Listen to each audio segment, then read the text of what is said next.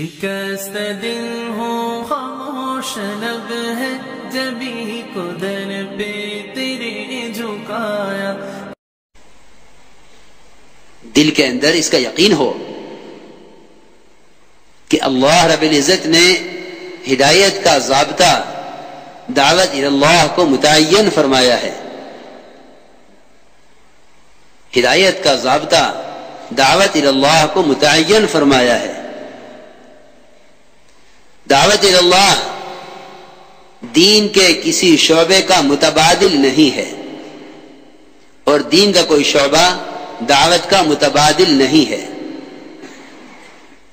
میری بات بہت توجہ سے سننا.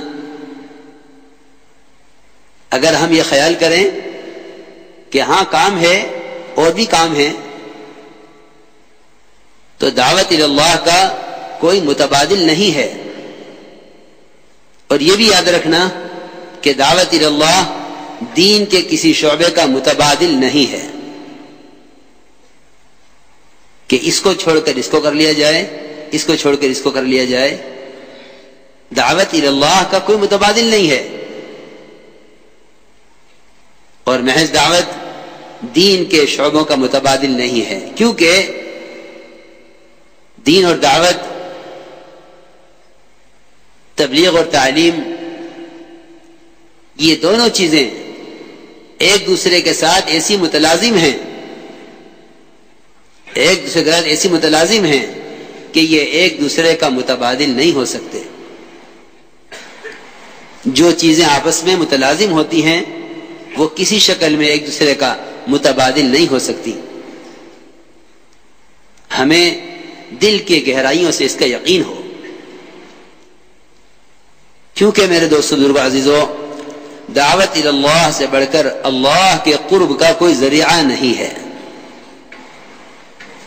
دعوت اللہ سے بڑھ کر اللہ کے قرب کا کوئی ذریعہ نہیں ہے. مولانا الیاس صاحب رحمۃ اللہ فرماتے تھے، جتنا مخلوق کو خالق کی راہ پر لانے کی کوشش کرو گے اللہ کو اتنا ہی زیادہ راضی کرو گے.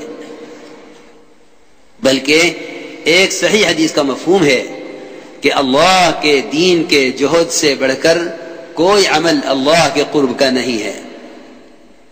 کیوں؟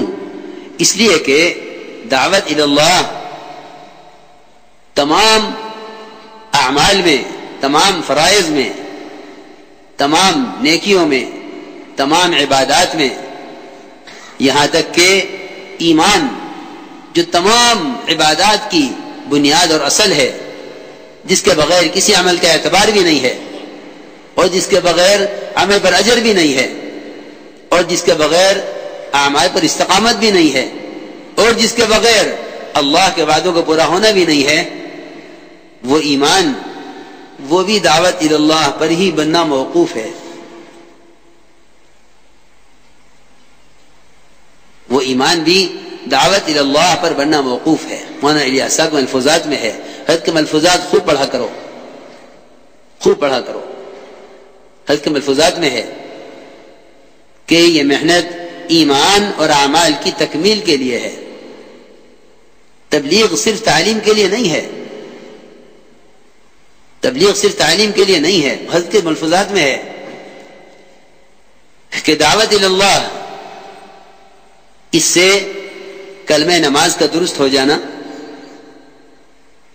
کلمہ نماز کا درست ہو جانا اس محنت سے، یہ اس راستے کی الف باتا ہے جو بچے کو پہلے دن پڑھائی جاتی ہے.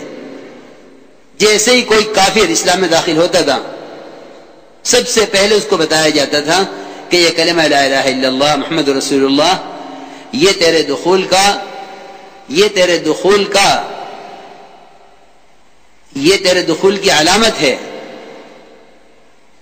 اور یہ تیرا دین ہے کہ تو نماز قائم کر، زکوٰۃ ادا کر، رمضان کے روزے رکھ، بیت اللہ کا حج کر.